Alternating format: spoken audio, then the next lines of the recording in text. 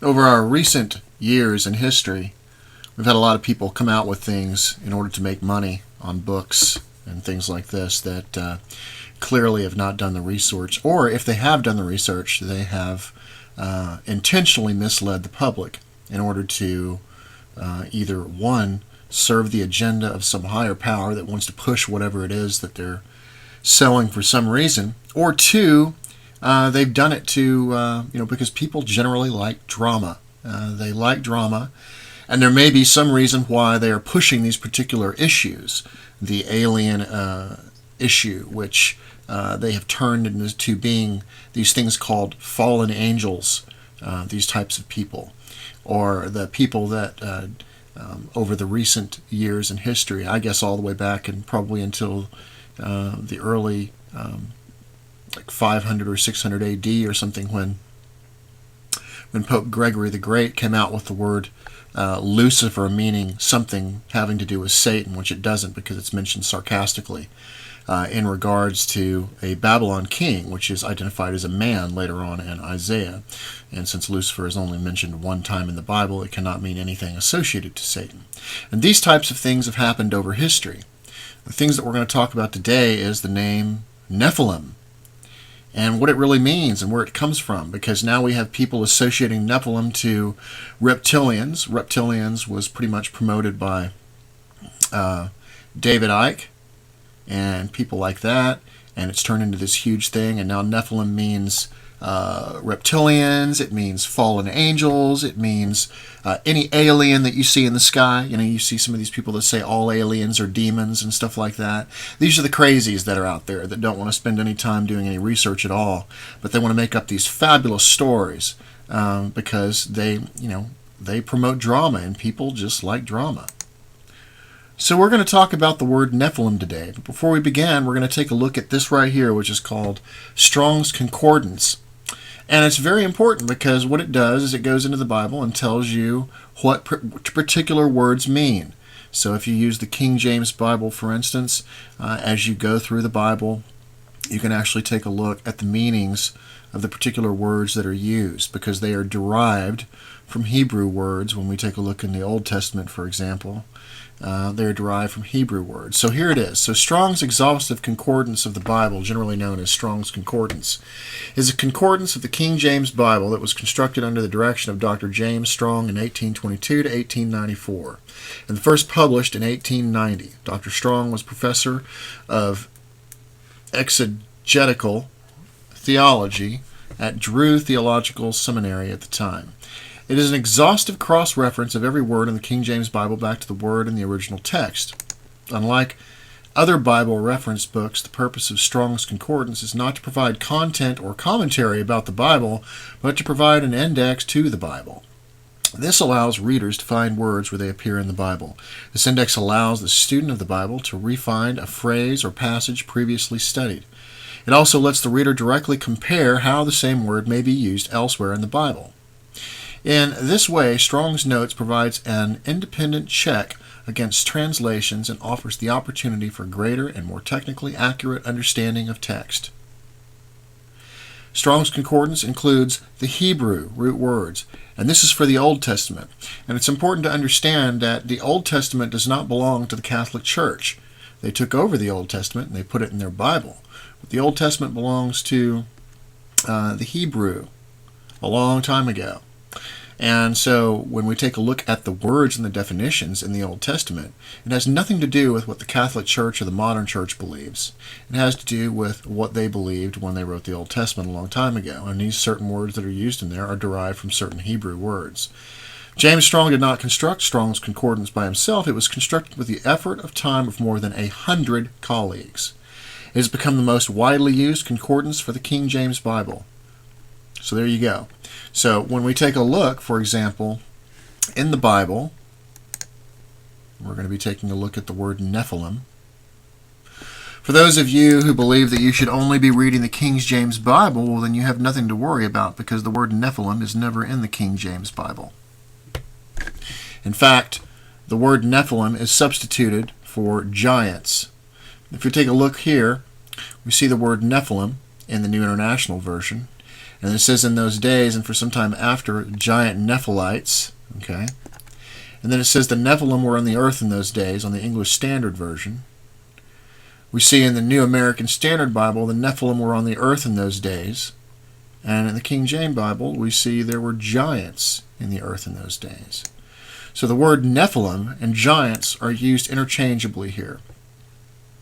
The Nephilim were on the earth in both those days. The Nephilim were on the earth. So in King James Bible, specifically, folks, there is no mention of Nephilim. So then we have to understand, what does the word giants mean in the King James Bible? Now, in order to find the word Nephilim, and I'm using the eSword Bible application here. It's got all of the books of the Bible here. And you'll notice here up at the top, I've got Old Testament where it's being searched. We're going to search for Nephilim in the whole Bible here. And we'll find that when doing a search, it's only in 2 places. Those 2 places are both in the Old Testament. So let's take a look here at Genesis 6:4.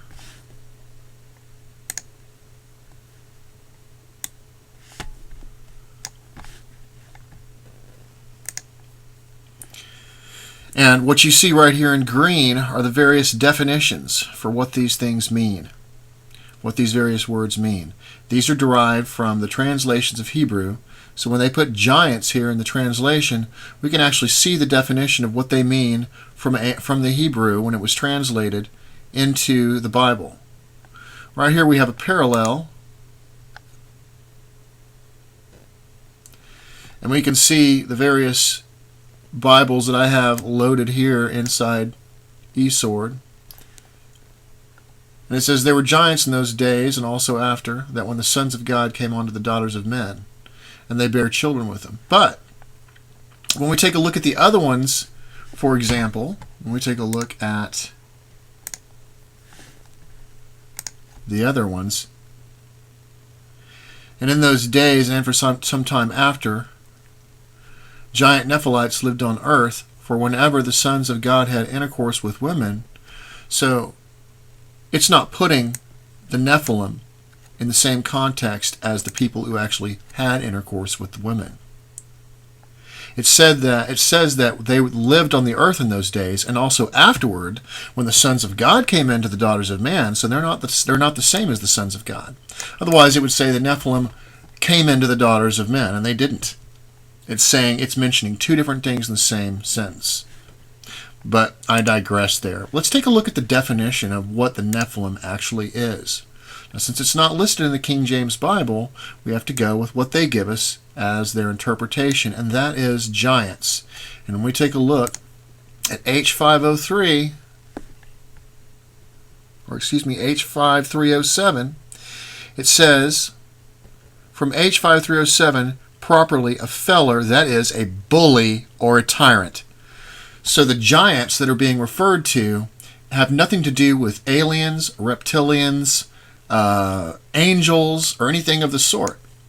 They're referring to giants meaning tyrants or bullies, kind of like what we're dealing with today, kind of like the large corporations and things like that.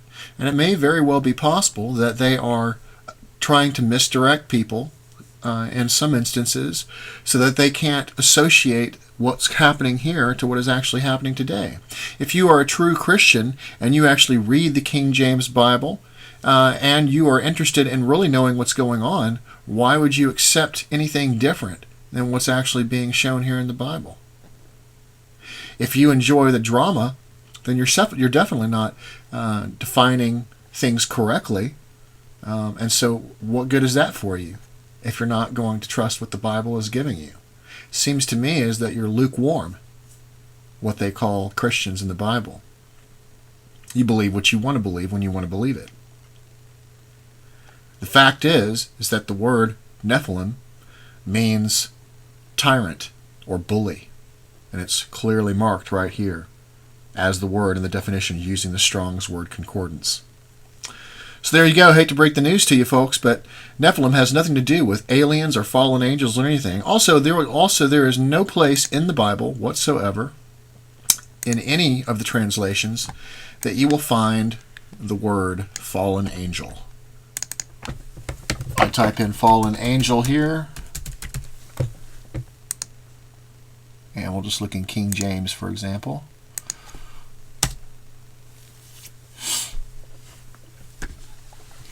We have in Revelation 14:8, and there followed another angel saying, Babylon is fallen. That's the only place in the whole Bible we have fallen angel, in the King James Bible. So all these are made-up terms. The fact that Nephilim are aliens or reptilians or alien greys. And by the way, if they were alien greys are smaller than the average person, so they can't be giants anyway. So even if you want to objectify it into some kind of materialistic type of thing and try to turn them into something that they're not, it still doesn't make sense because it's not logical. Well, as far as the book of Enoch goes, there's no place in the book of Enoch that it mentions Nephilim. It mentions watchers, but that, just like Lucifer, you can't just all of a sudden take that and associate it to something in the book of Enoch either. So all of this is made up crap, folks. And if you are a real and true Christian, you would follow what's in the Bible and follow the definitions in the Bible and not follow the hype. You guys take care. I'll talk to you soon.